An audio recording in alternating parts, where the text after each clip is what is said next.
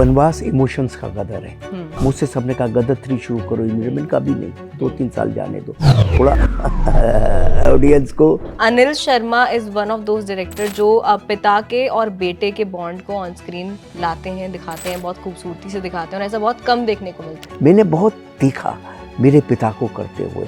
मुझे याद है श्रद्धांजलि जब मैं कर रहा था, 21 साल का था मैं। उस ज़माने में तो 40-45 साल से कम डायरेक्टर बनता नहीं था। बाद में मुझे ये पता लगा कि पापा ने कहा कि माँ को बोला इसको पता नहीं लगने देना। तो मैं ये समझता हूँ कि पिता पुत्र के लिए कितना करता है। अब बच्चों के जूतों के छेद अपनी बनियान में सीता है।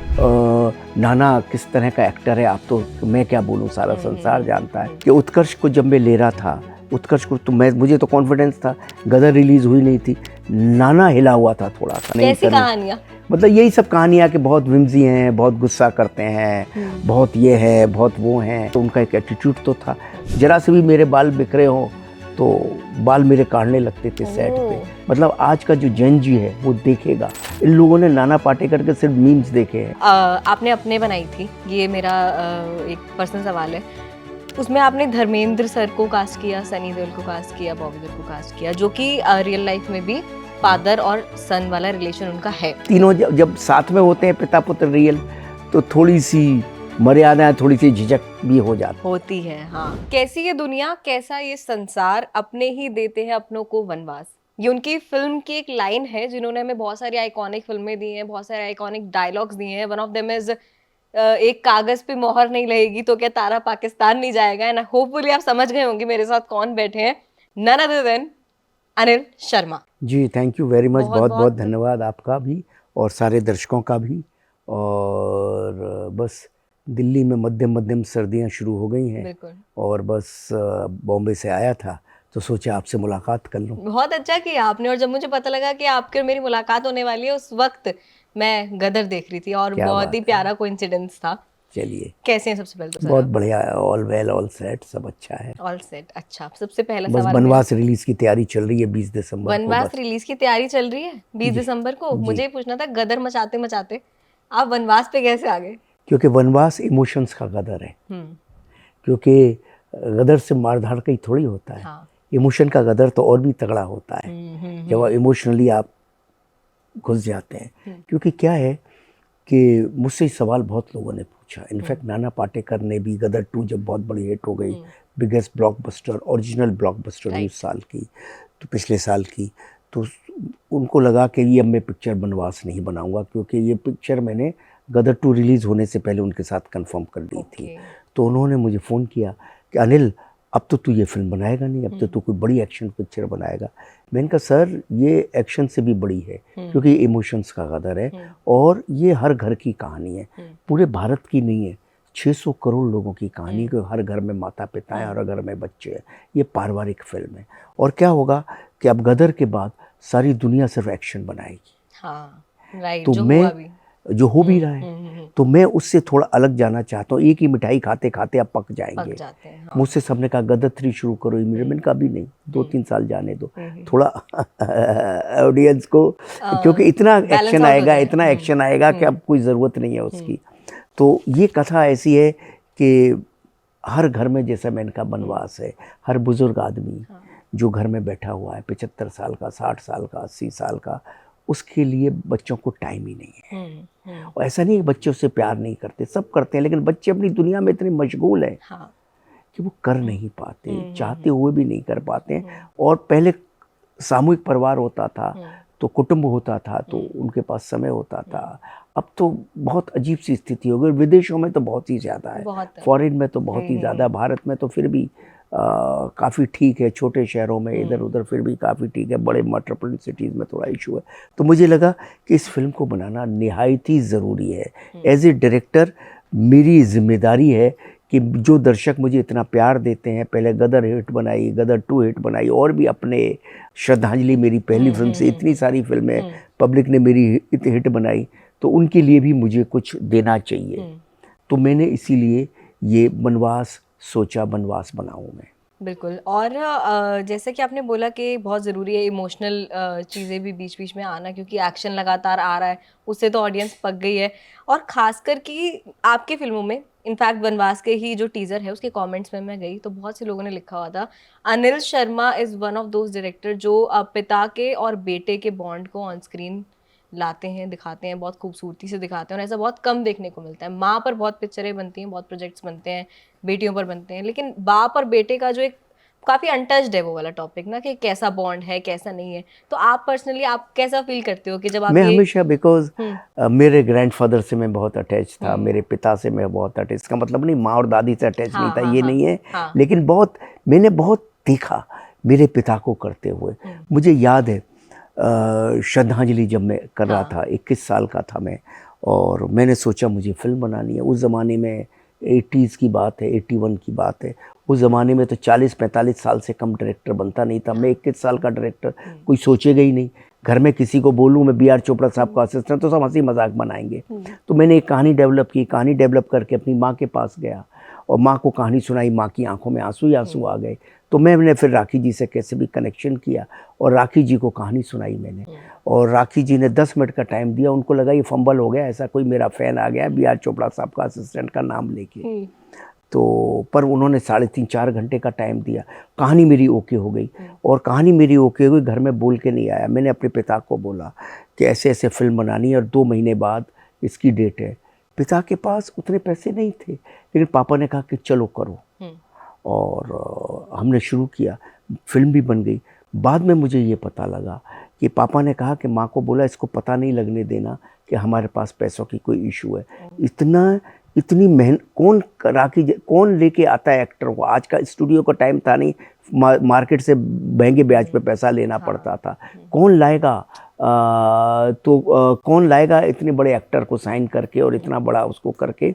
तो इसका उत्साह मत टूटने देना। अगर इसको पता लग गया कि हमारे पास पैसों की तकलीफ़ है तो ये एकदम इसका दिल टूट जाएगा, इसका उत्साह ख़त्म हो जाएगा। तो मेरे पापा ने कैसे किया होगा? उस ज़माने में 35-36 लाख लगे थे पिक्चर में, तो कैसे मेरे पिता ने किया होगा? तो मैं ये समझता हूँ कि पिता पुत्र के लिए कितना करता है। वो एक कविता है कि वो मेरा परतोष एक एक्टर है जो राइटर भी है, और वो उसकी कविता है कि अपने मतलब कि अपने जूतों के छेद, बच्चों के जूतों के छेद अपनी बनियान में सीता है। मतलब ये है पिता कितना करता है, मतलब कि कितना कुछ करता है। तो वो बहुत कुछ करता है, और हर पिता करता है, हर एक का पिता। माँ भी बहुत करती है, दोनों ही बहुत करते हैं। और जब बच्चा बीमार हो जाता है तो माता पिता दोनों अपनी दुनिया छोड़ के, या बच्चा छोटा होता है उसके स्कूल में जाना होता है तो सारी दुनिया सारे संसार छोड़ के उसके लिए लग जाते हैं। लेकिन जब पिता उस स्थिति में पहुँचे या माँ उस स्थिति में पहुँचे, जब वो बच्चा बन जाते हैं एक उम्र आने के बाद, तो बच्चों का कर्तव्य नहीं है। तो पिता का कर्म है बच्चों को संभालना। ये वनवास का भी मैंने टीजर के एंड में देखा था कि डेढ़ बित्ते के थे, उसी टाइम अगर फेंक देता तो क्या होता? तो पिता का कर्म है बच्चों को पालना, बच्चों को संभालना, और बच्चों का धर्म है पिता को संभालना। तो ये दोनों अपनी अपनी ड्यूटी समझें। माता पिता तो अक्सर समझ जाते हैं, बच्चे भी समझते हैं लेकिन कर नहीं पाते। बट यही एक जो एक इशू रह गया है, क्योंकि हर बच्चे को, आप भी हैं आज, आपको भी बूढ़ा होना है, और जो आज बच्चा है उसको भी बूढ़ा होना है, और जो बाप है वो तो बूढ़ा हो ही गया अपने बच्चे को पालते पालते, लेकिन बच्चा भी तो बूढ़ा होगा। तो हमें ऐसी सोसाइटी, ऐसे समाज का निर्माण करना है जो एक दूसरे को बैलेंस कर सके। तो ये हर माता पिता के लिए डेडिकेटेड है, हर परिवार के लिए डेडिकेटेड फिल्म है वनवास। बिल्कुल। अच्छा, अगर मैं कास्ट की बात करूं, उत्कर्ष है, गदर 2 में भी हमने उन्हें देखा था, इनफैक्ट काफी अप्रिसिएशन भी मिला उनकी परफॉर्मेंस को जी। और उनके साथ नाना पाटेकर। सबसे पहले तो आप ये बताओ कि why Utkarsh and Nana Patekar इन वनवास? देखिए, उत्कर्ष इसलिए क्योंकि वो रोल को डिजर्व करता है। और करेक्ट है, जैसा आपने भी कहा गदर में उसने बहुत अच्छा काम किया, तो वो फिल्म डिजर्व करता है। अच्छा एक्टर है, उसकी उम्र का रोल है और अलग तरह का रोल है उसके लिए, एकदम गदर से एकदम डिफरेंट रोल है। तो एज ए डायरेक्टर मुझे लगा वो एकदम राइट है, इसलिए मैंने लिया। और नाना के सामने हमें बहुत ही ब्रिलियंट एक्टर चाहिए। क्या होता है कि 2 बल्लेबाज अगर पिच पे खेल रहे हैं तो दोनों तरफ से रन बन रहे हो तो रन बनते हैं। तो नाना के सामने ऐसी कोई कमज़ोर एक्टर को नहीं रख सकते थे। नाना के सामने रखना है तो बहुत ही मजबूत एक्टर हो। तो नाना किस तरह का एक्टर है, आप तो मैं क्या बोलूँ, सारा संसार जानता है। इनफैक्ट उत्कर्ष के सिलेक्शन की एक बात और आपको बताता हूँ कि उत्कर्ष को जब मैं ले रहा था, उत्कर्ष को तो मुझे तो कॉन्फिडेंस था, गदर रिलीज़ हुई नहीं थी, नाना हिला हुआ था थोड़ा सा, नाना सर को लगता था, मुझे कहते नहीं थे, लेकिन बोले यार देखो शर्मा जी अपने बेटे को प्रमोट करने के लिए इस रोल में ले रहे हैं, तो वो कह तो नहीं पाते, मुझे कैसे बोले, लेकिन उनके मन में थी ये बात, तो मैं समझ रहा था।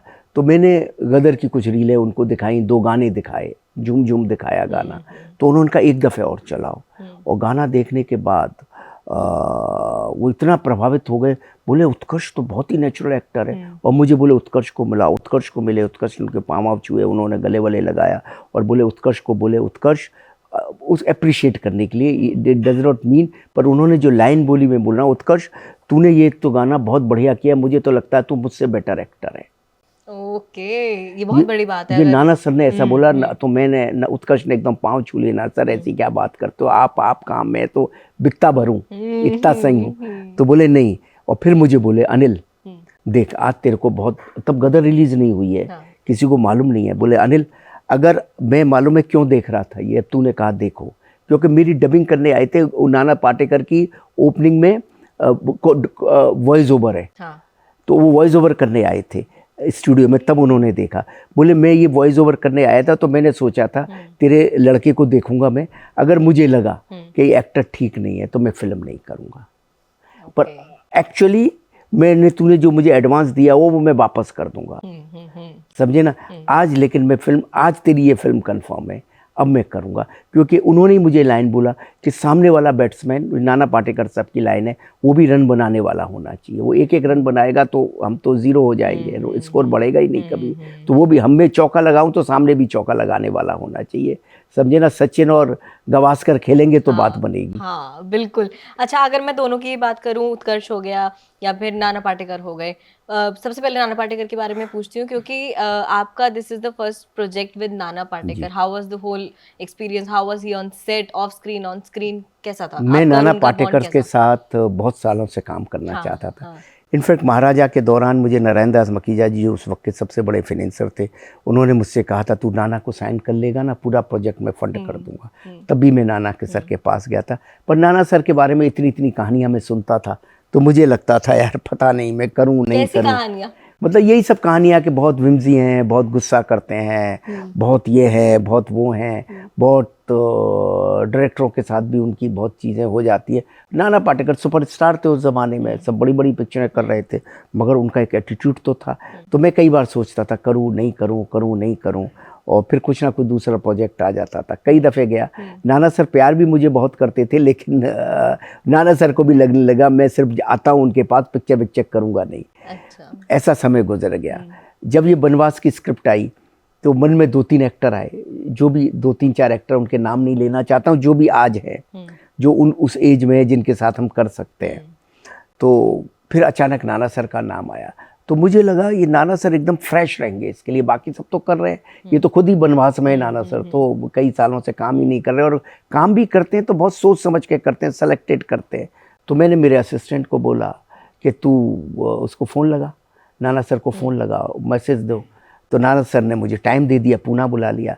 पूना बुला के हमारे पास एक 15-20 पेज की कथा थी, वो कथा हमने नाना सर को सुनाई, और नाना सर ने उसी वक्त ही हमसे हाँ कर दिया, और हम उस स्क्रिप्ट पे बैठ गए। नाना, मेरे राइटर्स, हम सब लोग स्क्रिप्ट पे बैठ गए, स्क्रिप्ट पे काम चलता रहा, और काफ़ी समय लगा स्क्रिप्ट में, तो काफ़ी समय लगा, कहानी मेरी थी तो काफ़ी समय लगता रहा, करते रहे। और नाना सर के साथ जब मैंने काम किया तो मुझे ऐसा लगा कि उन जैसा भला और अच्छा इंसान ही नहीं है कोई।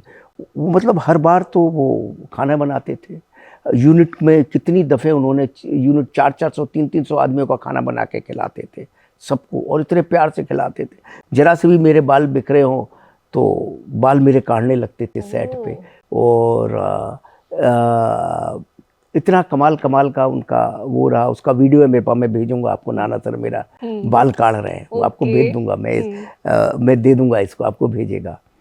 तो हमेशा ऐसा करते रहे, और काम में मतलब 9:30 का शॉट है तो 9:30 रेडी होके कैमरे के सामने खड़े हो जाते थे, कोई विम्स नहीं, कोई टेंशन नहीं, कोई नाटक नहीं, कोई ये नहीं कि मुझे यहाँ रहना है वहाँ रहना है। और सीन उनके हर रात सुबह से नेक्स्ट डे जो सीन है हम रात को उसकी रिहर्सल करते थे उनके कमरे में जाके, या कई बार सेट पे कि भाई कल अच्छा इसी सेट पे शूटिंग है तो इसी सेट पे रिहर्सल कर लेते थे शाम को और पूरा मूवमेंट सेट कर लेते थे। 2 घंटे का सीन 1 घंटे में हो जाता था। इतनी जल्दी फास्ट फिल्म बनी उन्हीं की वजह से। और परफॉर्मेंस, ओ हो जो परफॉर्मेंस का लेवल है, मतलब आज का जो जेन जी है वो देखेगा कि परफॉर्मेंस होती क्या है, एक्टर होता क्या है। इन लोगों ने नाना पाटेकर के सिर्फ मीम्स देखे हैं आजकल, सिर्फ वेलकम के देखे, इसके देखे, उसके देखे, को डायलॉग पर करेक्टर को कैसे ले जाना है थ्रू आउट फिल्म, ऐसा लगता है जैसे ये करेक्टर है। Brilliant and the best and bestest actor of India is Nana Patekar, and today's generation will watch कि what is the performance level of Indian actor। ये नाना पाटेकर की परफॉर्मेंस देख के समझ आएगा लोगों को। बिल्कुल। इवन आई होप के जिन्होंने अगर टीजर देख लिया है और इंटरव्यू देख रहे हैं तो टीजर से ही काफी ज्यादा कन्विंस हो गए होंगे कि फिल्म देखनी ही देखनी है, क्योंकि टीजर ही काफी ज्यादा टची है। अगर सर उत्कर्ष की बात करूं मैं, आप कैसी इमेज चाहते हैं कि उत्कर्ष की आगे जाके डेवलप हो? Action hero, romantic, soft boy, किस तरीके की? मैं तो सब चाहता हूँ लोग कहें बहुत अच्छा एक्टर है, वो तो है ही खैर, लेकिन हर एक एक्टर की एक इमेज होती है। वो सब तरह के रोल कर सकता है। जीनियस उसने की थी, उसमें एकदम 20-21 साल का था तब उसने एकदम सॉफ्ट बॉय भी किया और रॉ एजेंट भी किया, वो दोनों सेट थे। बचपन में गदर किया तो बच्चा ही था, अब गदर 2 में देखो उसका एक अलग ही था, इसमें एक अलग ही एक रोल है जो आपको पर्दे पे दिखेगा, थोड़ा बहुत आपको टीजर में समझ भी आया होगा। और जो उसका गाना आया है अभी यादों के झरोकों से, उसमें भी उसका थोड़ा सा करेक्टर दिखा होगा, अलग टाइप का करेक्टर है। तो मैं तो चाहता हूँ वो हर तरह के रोल करे, वर्थ स्टाइल एक्टर की तरह उसे लोग जाने, क्योंकि वो उत्कर्ष का क्या है कि वो 4-5 साल अमेरिका में पढ़ के आया और वहाँ उसने बहुत बढ़िया ट्रेनिंग ली और वहाँ पे ओपन माइक्स किए, सब कुछ किए, तो हर तरह के करेक्टर किए, हर तरह की चीज़ की, ज़मीन से जुड़ा हुआ है, बसों में ट्रेनों में चलने वाला बच्चा है और आम आदमियों के बीच घूमने वाला बच्चा है, तो भारत को पूरी तरह समझने वाला बच्चा है। तो मैं चाहता हूँ ऐसी रोल करे जहाँ के वो सिर्फ बांद्रा से वर्सोवा तक ना हो या सब साउथ दिल्ली में ही ना रहे। मैं चाहता हूँ पूरे भारत में भारत की ऑडियंस से उसका कनेक्शन बने, छोटे छोटे शहरों से, तो मथुरा, आगरा, बाराबंकी, इलाहाबाद, साउथ के भी छोटे छोटे शहर, गुजरात के भी, पंजाब के भी, हैदराबाद के भी, पूरे महाराष्ट्र का भी, हर छोटे शहरों से उसका कनेक्शन रहे। तो मैं ऐसे ही चाहता हूँ कि उसको वो पूरे भारत का हीरो बने और पूरे भारत लोग उससे पहचाने कि वो बहुत ही अच्छा एक्टर है। और सबसे ज़्यादा एक चीज़ चाहता हूँ जो हर बाप चाहता है, आज लोग कहते हैं अनिल शर्मा का बेटा है, मैं चाहता हूँ लोग कहें कि अनिल शर्मा जी इसके पिता थे, पिता हैं। ओके, ये बहुत बड़ी बात है, बहुत प्राउड मोमेंट होता है किसी भी पिता के लिए, मुझे लगता है। अच्छा, खास करके अगर इस गाने की बात करूँ यादों के झरोके से, और पूरी फिल्म की भी, वनवास की शूटिंग कहाँ हुई है? शूटिंग हुई हमारी बनारस में हुई शूटिंग, और शिमला में हुई शूटिंग, और बॉम्बे में हुई। और यादों के झरोकों से बहुत ही लोग उसे प्यार दे रहे हैं, वेरी ब्यूटीफुल, बहुत ही मेलोडियस सॉन्ग है। सब कहते हैं कि यार ऐसा लगता है जैसे पुराने ज़माने की मेलोडीज आ गई, क्यों सिचुएशन ही ऐसी थी और उस सिचुएशन की डिमांड थी। आज ऐसे स्लो, ऐसे मीठे गाने बनते नहीं हैं। और बहुत सारे रैप का ज़माना है ना, बहुत सारे लोगों को लगता है ये क्या है, मतलब जो थोड़ा सा जैन जी को लगता है ये क्या है, लेकिन जब वो सुनते हैं तो उसमें इतना खो जाते हैं। आप सिर्फ यादों के झरोकों के आप गानों के कमेंट देखिए, लोग मैड हुए पड़े हैं और गाना ऑलरेडी इतना हिट हो गया है, गाना बढ़ता चला जाए, ग्रो होता चला जाए। आज मैं दिल्ली में हूँ, कल एक दो फंक्शनों में गया था, वो फंक्शनों में गाना बज रहा था। तो ऑलरेडी गाना पकड़ गया, ऑलरेडी गाना, क्योंकि रोमांस जहाँ है, रोमांस से बड़ी चीज़ तो संसार में कुछ है ही नहीं। और लड़कियां तो रोमांस को ऐसा पकड़ती है कि पूछो मत। ये बहुत है। तो ये इसको एकदम गाने को पकड़ लिया है लोगों ने। बिल्कुल। अच्छा, अगर बात करूँ श्रद्धांजलि, अपने और अब वनवास, एक ही कैटेगरी है तीनों की? हाँ, मतलब फैमिली जोन है। वो भी फैमिली जोन था। मैं अपना करियर फैमिली जोन से शुरू किया, श्रद्धांजलि इतनी बड़ी हिट हुई, उसके बाद अपने इतनी बड़ी हिट हुई, अब इसी जोन में ये तीसरी कहानी आ रही है। ऐसा नहीं है कि गदर में फैमिली नहीं थी, गदर 1 में भी थी, फैमिली बिल्कुल थी, थी, गदर 2 हाँ। में फैमिली थी, फैमिली के बिना तो फिल्म बनती नहीं।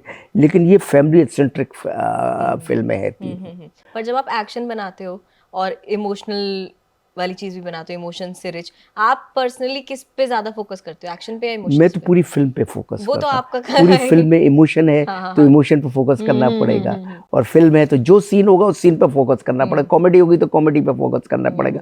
पर बनवास की जो बेस्ट पार्ट है, बनवास देखने से, टीजर से आपको लगती है बहुत संजीदा सी फिल्म है, लेकिन बनवास उस कड़वी दवाई की तरह है जिसको कि मिठाई में लपेट के पब्लिक को, मरीज को दिया जाता है उस तरह से, क्योंकि बनवास फुल टूस एंटरटेनमेंट है। अभी एक मेरा गाना आने वाला है अगले हफ्ते, वो आप देखिए, वो गाना देख के, नौटंकी का गाना है, वो गाना देख के आपको लगेगा अरे ये इस फिल्म का गाना कैसे है। अच्छा। तो क्या है कि हीरोइन जो है मेरी वो नौटंकी वाली है, सिमरत है, बहुत अच्छी एक्टर है, तो बहुत अच्छा काम किया उस लड़की ने। तो वो इस तरह से पिक्चर बहुत एंटरटेनमेंट के साथ चली है। पिक्चर में नाना सर ने खूब हंसाया है, उत्कर्ष ने खूब हंसाया है, सारे कलाकारों, राजपाल भी है उसने भी खूब हंसाया है, सारे कलाकारों ने खूब हंसाया है। और हंसी के माहौल में, हंसी के रैपर में रैप होती हुई इमोशंस आपके दिल में उतर जाती है। और लास्ट में जब पिक्चर ख़त्म होती है, जिन्होंने भी रशेज देखे हैं, या मैंने बनाई है, मैं खुद भी जब एंड में आता हूँ तो ऐसे पिक्चर को देखते रहते हैं, 2 मिनट के लिए आप खामोश हो जाते हैं और पहला काम करते हैं, यार बहुत दिन हो गए, सबसे पहले पिताजी से बात करूं, माँ से बात करूं। आपके मन में भावना यही आती है और आप यही करते हैं। और पिता माता अगर कोई पिक्चर देख रहे हैं तो कहते हैं यार मेरा बेटा किधर है, उससे मैं बात करूं। तो ये जो एक फैमिली बॉन्ड है, ये फैमिली बॉन्ड और खिलेगा इसके बाद। भारत का दुनिया में परिवार, हर कोई अपना बच्चा, अपने माता पिता को प्यार करता है, हर माता पिता बच्चों को प्यार करते हैं। थोड़े बहुत हैं जो नहीं कर पा रहे होंगे, नहीं, या मजबूरियां रही होंगी, उनका भी कोई दोष नहीं है। लेकिन आपको अंदर अचानक एक फील आता है, नहीं यार कुछ समय मैं अपने पिता के साथ गुजारना चाहता हूँ, अपनी माँ के साथ। और ये एज अ फिल्म मेकर एक बहुत बड़ा अचीवमेंट है अगर आप किसी के इमोशंस को चेंज कर दें। हाँ, आप नहीं, इमोशन चेंज नहीं कर रहा हूँ, इमोशन तो है आपके अंदर, वो थोड़ी सी धूल हटा रहा हूँ, एग्जैजरेट कर दें, धूल हटा दें, धूल हटा रहा हूँ। थोड़ा सा आप अपने काम में इतना मशगूल हो चुके हैं, आपको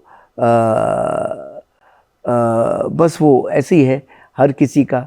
अब आप दिल्ली में रह रहे हैं, आपके पेरेंट्स कहीं दूसरे शहर में रह रहे हैं, तो वो आपको एक वैक्यूम तो आता ही है ना, आता ही है वो तो। ठीक है, आज फेस टाइम है, आप रोज बात कर लेते हैं, सब कुछ है, लेकिन फिर भी करीब पास छूने का एक अलग फील होता है, गले लिपटने का एक अलग फील होता है।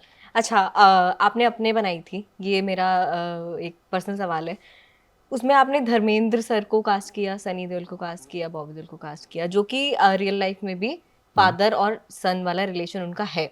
और अब आप जब उत्कर्ष को गदर 2 में आपने काम करवाया सनी देओल के साथ, हालांकि वो गदर 1 में भी थे, इसके बाद अब नाना पाटेकर के साथ वही बॉन्ड है, पिता वाला पुत्र वाला। क्या फर्क आता है जब 2 एक्टर असल जिंदगी में भी वही रिलेशन शेयर करते हैं और आपको स्क्रीन पे उन्हें उसी में दिखाना है, और जब 2 एक्टर जो असल जिंदगी में कोई रिलेशन नहीं है और आपको स्क्रीन पे वैसा रिलेशन दिखाना है? देखो, वो तीनों का क्या था, बहुत इमोशनली कनेक्टेड है, पूरा परिवार है, एक्चुअली वो अपने ही है। हाँ। तो वो जब करते थे, वो दिखता है, तो वो एक्टिंग नहीं होती थी, वो तीनों जब लिपटते थे, हंसते थे, मजाक करते थे, तो बहुत रियल, बहुत नेचुरल था। उस वक्त उन एक्टरों को आपस में काम करने के लिए कोई मेहनत नहीं करनी पड़ती, बहुत नेचुरल होता है। जब पिता पुत्र नहीं होते हैं तो दोनों को वर्क करना पड़ता है, उस इमोशन को क्रिएट करने के लिए घुसना पड़ता है, थोड़ी सी एफर्ट ज़्यादा लगते हैं। लेकिन वो तीनों हैं तो एफर्ट नहीं होंगे, एफर्ट लेस होगा। और इन दोनों को जब पिता पुत्र नहीं होते हैं तो एफर्टलेस, स्क्रीन पे तो एफर्टलेस ही दिखेगा, लेकिन उस एफर्टलेस को दिखाने के लिए एफर्ट तो उसमें है, होता है एक्स्ट्रा।